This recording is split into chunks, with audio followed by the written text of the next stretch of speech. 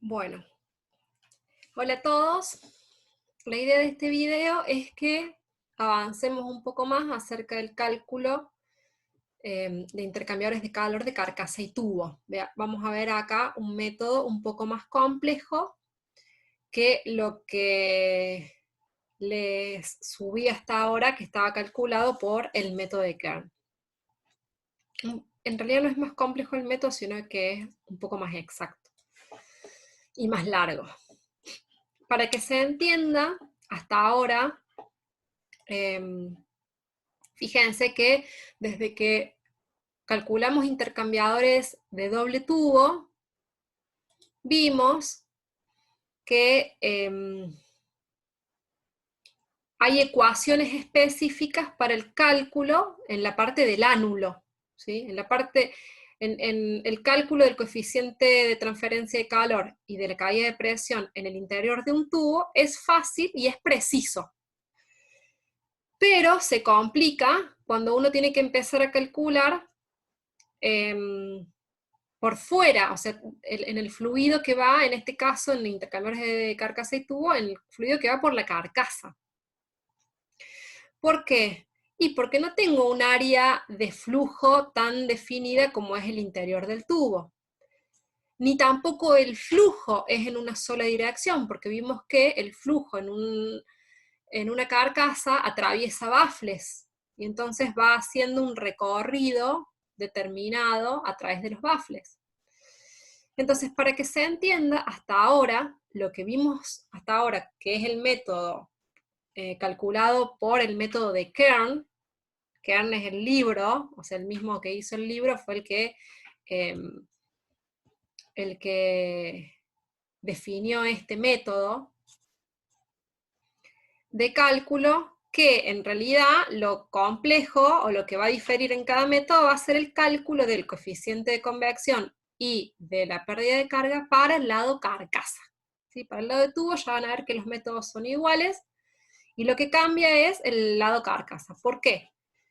Porque para la carcasa, en las ecuaciones que hasta ahora vieron, aplicadas por Kern, Kern hace una simplificación del flujo a través de la carcasa. Recuerden que en la carcasa va a haber una hilera de tubos más al centro de la circunferencia de la carcasa, pero también va a haber hileras de tubo que se acerquen a los costados, o sea, que se alejen de ese centro, y o sea, los tubos van a estar distribuidos en toda la circunferencia. Y el flujo va a pasar a través de toda esa circunferencia de tubos de manera diferente a través de los bafles, en la ventana de los bafles, y cuando cruza en sí el paquete de tubos. Pero Kern simplifica toda esa dinámica de fluidos que ocurre, y para hacer los cálculos del fluido por carcasa, lo que hace es suponer una hilera de tubos en la zona central de la carcasa. Y en esa hilera de tubos de la zona central de la carcasa, calcula el área de pasaje del fluido a través de esa hilera de tubos. Y esas son las fórmulas que genera Kern. Entonces, si van al cálculo, los que ya lo hayan hecho, fíjense que cuando define el área en el shell, el AS, usa esta fórmula que lo que significa es que está teniendo en cuenta esto que les comenté recién, en donde el paso del tubo es la distancia entre centro y centro de los tubos, que va a depender del arreglo de tubos y va a depender del diámetro, o sea, ese arreglo y ese paso, en definitiva, está fijado de una manera para un arreglo cuadrado y de otra manera para un arreglo triangular. Es un poco más chico ese paso, digamos, porque es más chico el espacio entre tubo y tubo. Y este C, entonces, es precisamente esa distancia entre centro y centro de tubo menos el diámetro del tubo. Y es ese C que vendría a ser, sí, específicamente el espacio entre tubo y tubo, el espacio libre. Bien, de esa manera, teniendo esa consideración, genera las ecuaciones del método de Kern. Entonces, para un arreglo cuadrado, para un arreglo triangular, ¿sí? Va a ser el paso y el C, que lo van a ver en las ecuaciones de cálculo siempre para el lado de carcasa. Entonces, incluso cuando Kern calcula la pérdida de carga, en la forma en la que él genera la fórmula de la pérdida de carga, está teniendo en cuenta en realidad que el fluido se está moviendo de la misma manera o en el mismo eje que los tubos, siendo que la mayor componente de flujo va a ser de flujo cruzado a través del paquete de tubos. O sea, para que se entienda, lo que quiero decir es que Kern hace muchísimas simplificaciones para sacar ecuaciones que nos permitan calcular el Reynolds y el H y la caída de presión en el lado de carcasa.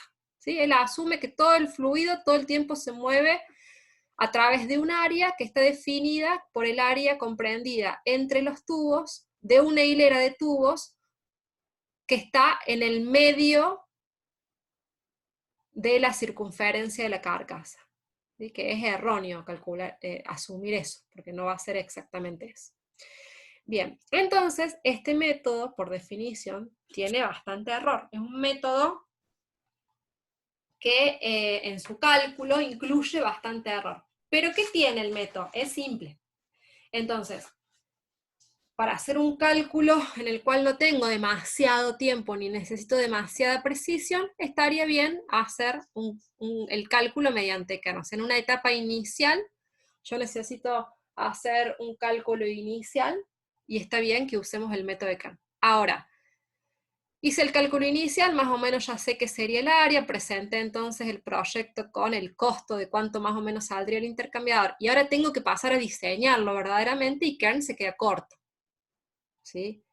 Kern para un diseño más específico, cuando ya sí voy avanzando en el proyecto de instalar el intercambiador, por ejemplo, se queda corto para poder calcular solo con Kern. Entonces, ¿por qué se queda corto? Primero que nada.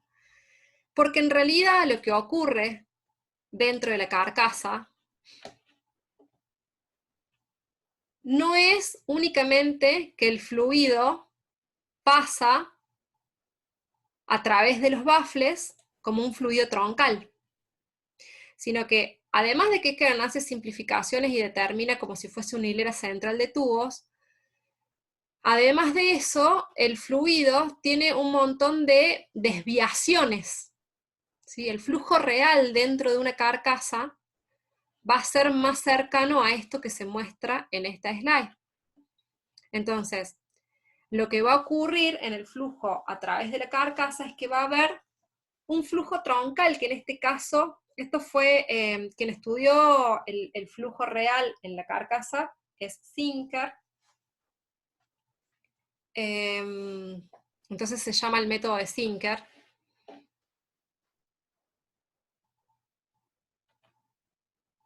Y luego, quien generó las ecuaciones a partir de este estudio de cómo son las corrientes en la carcasa fue Bell Delaware, ¿sí? De la Universidad de Delaware. Y generó un método para calcular, que es el último, el método más nuevo que muestra la bibliografía abierta, digamos.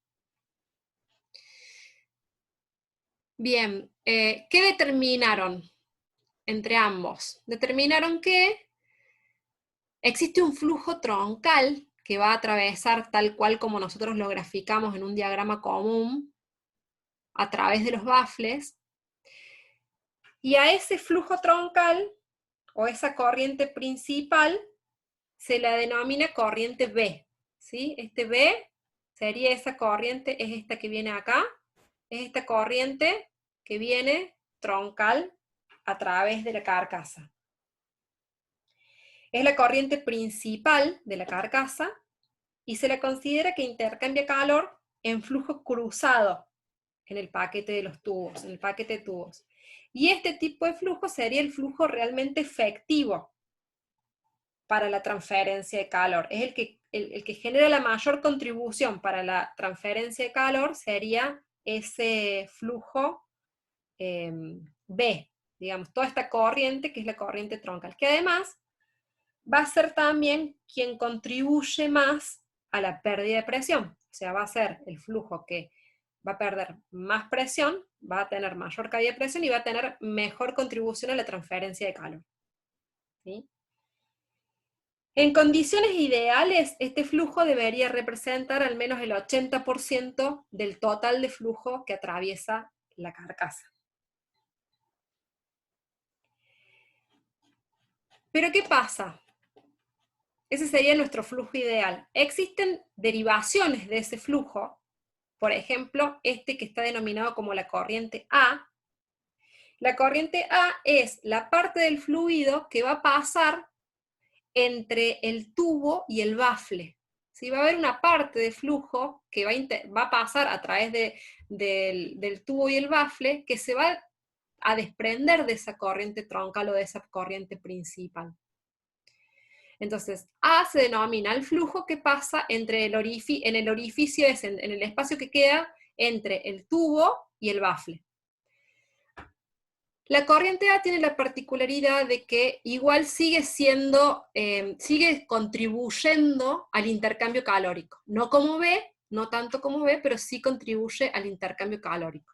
No es una corriente completamente desperdiciada para la transferencia de calor. Si bien es una fuga, se puede considerar que sí contribuye a la transferencia de calor. Por supuesto que encuentra más fácil el fluido tomar esa dirección, lo que significa que además tiene un poco menos de caída de presión que B. ¿Sí? Luego hay una corriente C, que se ve mejor graficada acá, ¿sí? La corriente C es la corriente o la parte del fluido que se va a filtrar entre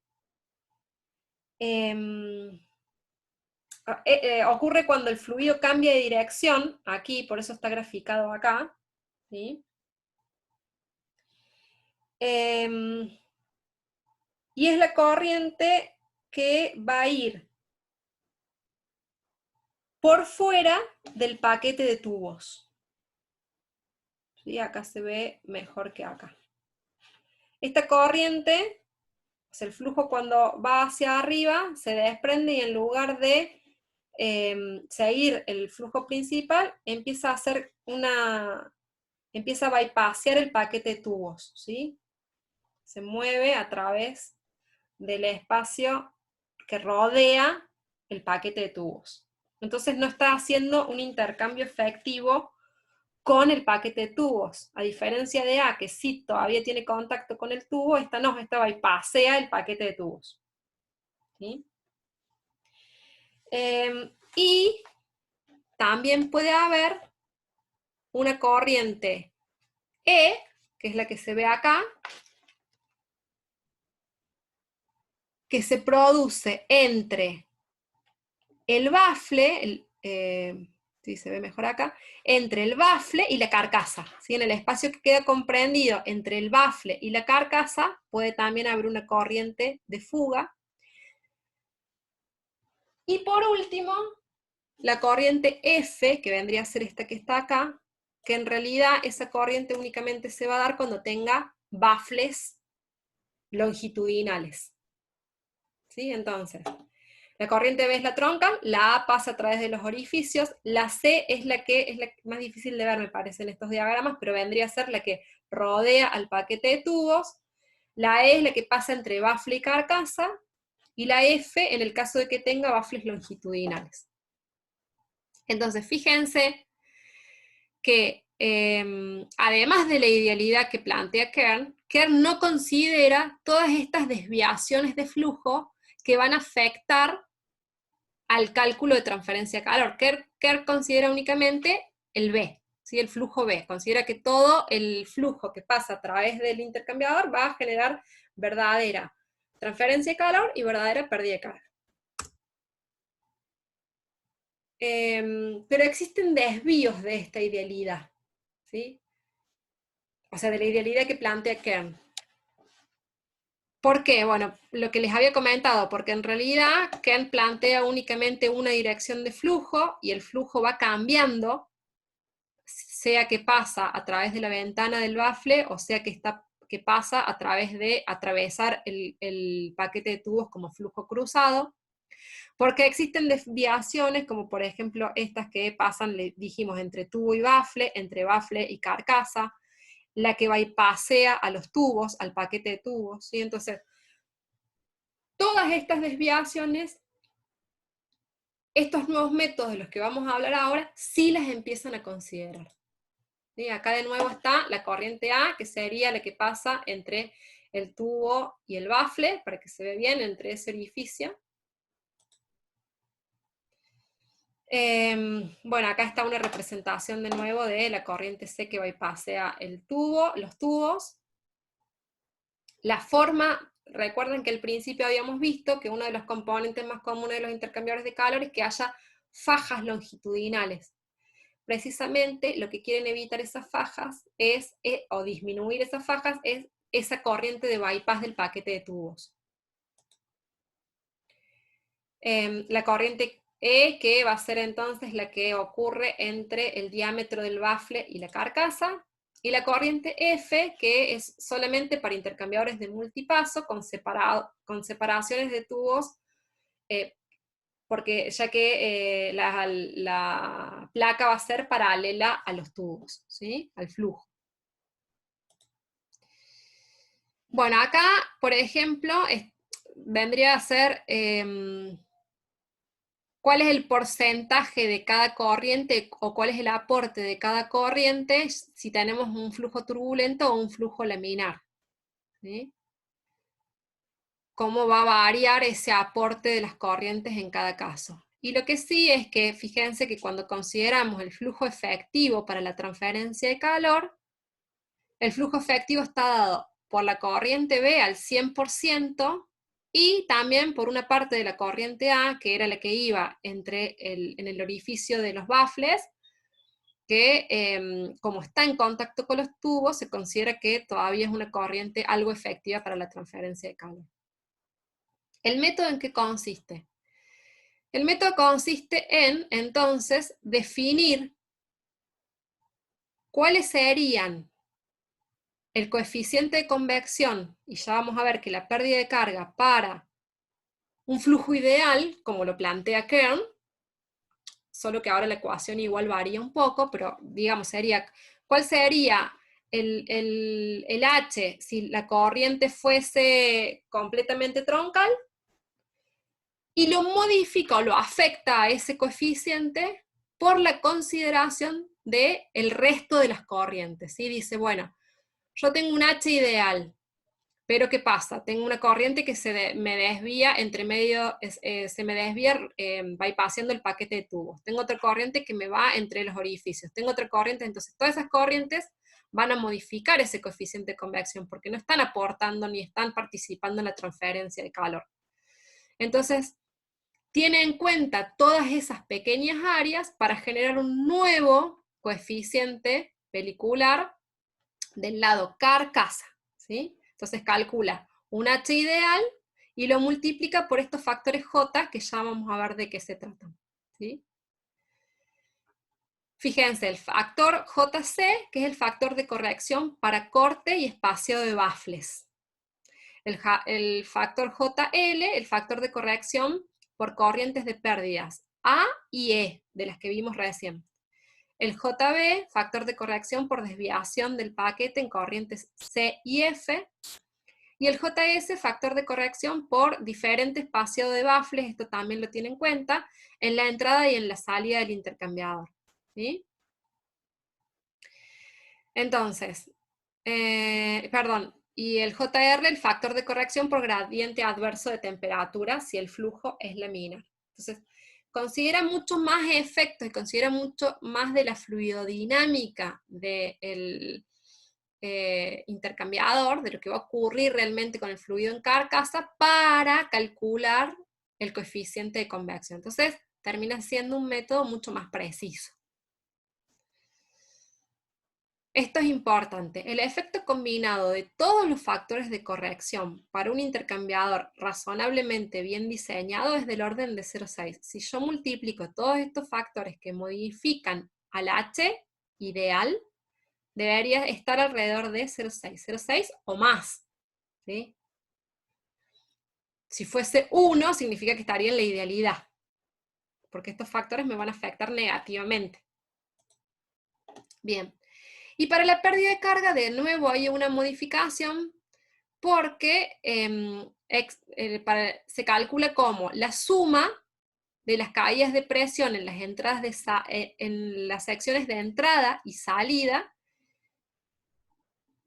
y en la sección central, donde tenemos caída de presión por flujo cruzado y por efecto de la ventana. O sea, empieza a considerar esta variación que hace el flujo a través de la carcasa por pasar, primero por entrar al intercambiador, en donde en la entrada y en la salida del intercambiador voy a tener un espaciado superior, más grande que el espaciado entre bafle y bafle.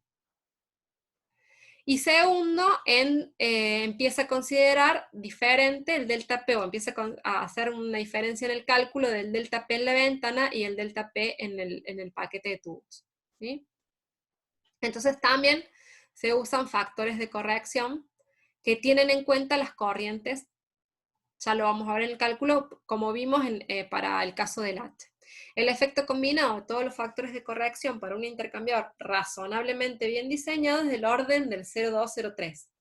Me da 0,35, me da 0,18, bueno, en el orden de 0,203, ¿sí? Es decir, que la delta P calculada sería el 20 o el 30% de la delta P de un intercambiador que no tuviese pérdidas ni derivaciones. ¿Sí? ¿Por qué? Porque dijimos que la corriente que más generaba pérdida de carga era la corriente B. Bien. Entonces, para aplicar el método de cálculo de los factores de corrección, previamente hay que establecer todos los factores geométricos involucrados. Hasta ahora, en el método de Kern, fíjense que definíamos un corte de bafle del 25%, pero luego en las ecuaciones no lo usábamos. O sea, solo podíamos definir pocas cosas en el método de Kern. En el arreglo de tubos podíamos definir el espacio entre tubo y tubo, ¿sí? El paso, digamos, el paso de tubos.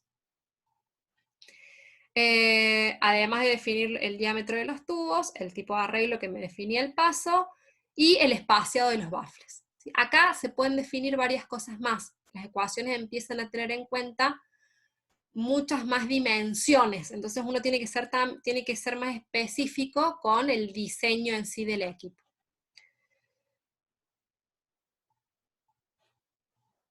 Bien. Cálculos auxiliares, se visualiza la geometría de los bafles segmentados con relación al campo de tubos. Se determina la separación existente entre el paquete de tubos y la carcasa. Todo esto es para determinar cómo afectan esas corrientes que vimos, que son las que realmente ocurren en el fluido que va por carcasa. Se determina la separación existente entre los tubos en la zona central y vertical. Se calcula el área de flujo en la ventana de bafle. Se determina el diámetro hidráulico equivalente de la ventana de bafle, es decir, se tiene en cuenta ahora este corte. Esta es una representación de lo que sería el bafle, hasta dónde llega el paquete de tubos, ¿sí? Entonces, el corte del bafle, el diámetro de la carcasa es el diámetro exterior, ¿sí? Sería el diámetro interno de la carcasa, por supuesto. Y fíjense hasta dónde llega el bafle, también es necesario saberlo para ver la incidencia de la corriente E. Y también se mide la línea que pasa por el centro de la hilera más externa de tubos dispuestos en la carcasa. ¿Sí? Todas estas medidas, bueno, lo van a tener, esto es un método, así que lo van a tener en el archivo y lo van a poder tener presente en cualquier momento, digamos. Bien, de nuevo, este ya lo habíamos definido, que este era el corte del bafle, ¿sí? Esto que en general es del 25%, pero que no necesariamente tiene que ser sí o sí el 25%, y que CAR no nos permitía variarlo, o sea, si lo variábamos no tenía incidencia en las fórmulas porque no estaba incorporado. Bien. Entonces, con este método lo que se determina haciendo es, se determina el número efectivo de filas en flujo cruzado. Se determina el número de bafles a partir de los planos o utilizando el espacio de bafles centrales. Se calcula el área de flujo, se calcula el área de flujo entre el paquete de tubos y la carcasa, se calcula el área de flujo entre la carcasa y el bafle, o sea, se calculan las áreas por donde van a ir todas estas corrientes que vimos que se derivan de la corriente principal. ¿Sí? Entonces, se va a calcular mejor cómo es la geometría en la carcasa. Y esto es algo que incide también y que se tiene en cuenta en este método, y es esto que les decía, que en la entrada y en la salida del intercambiador, el espaciamiento es diferente que el espaciamiento cuando en el centro a través de la circulación del flujo. Entonces, también esta diferencia de espaciamiento, que hasta ahora ni la habíamos mencionado, pero no la habíamos tenido en cuenta porque ni siquiera incidía en las fórmulas, este método sí lo tiene en cuenta. Principalmente incide en el delta P, por supuesto.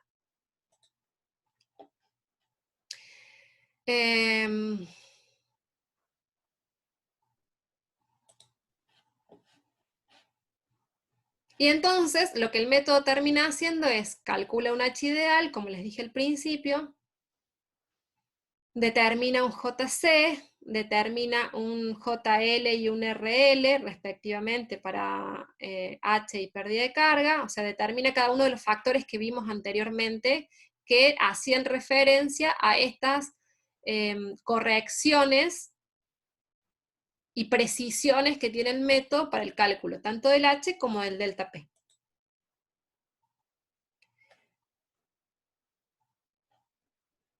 Bien, esto no dice, no aporta nada nuevo, ya lo vamos a ver en las fórmulas. Esto sí, también, o sea, vamos a ver, porque les voy a pasar una resolución, vamos a ver que existen fórmulas para hacer todo esto, pero que también existen gráficos, ¿sí? Que dependen de los mismos parámetros que las fórmulas, digamos. Entonces, en tal caso podríamos usarlos, ¿sí? En este caso es el gráfico para calcular el H ideal, y el resto de los factores también se pueden determinar a través de gráficamente. Esto es lo mismo. No sé por qué hace ruido. Bien, y acá hay algunas recomendaciones que se las dejo para que las lean, porque además me hace ruido el video, algunas recomendaciones de cómo incrementar el coeficiente de transferencia de calor en un intercambiador de calor y cómo disminuir la pérdida de carga, ¿sí? Que ya muchas de ellas lo hablamos, así que cuando lo lean no le va a parecer nada extraño, pero para que lo tengan escrito, digamos. Bien, por acá termino con esto, corto este video y me paso a la resolución del ejercicio en sí. Esto se los voy a subir como un PDF.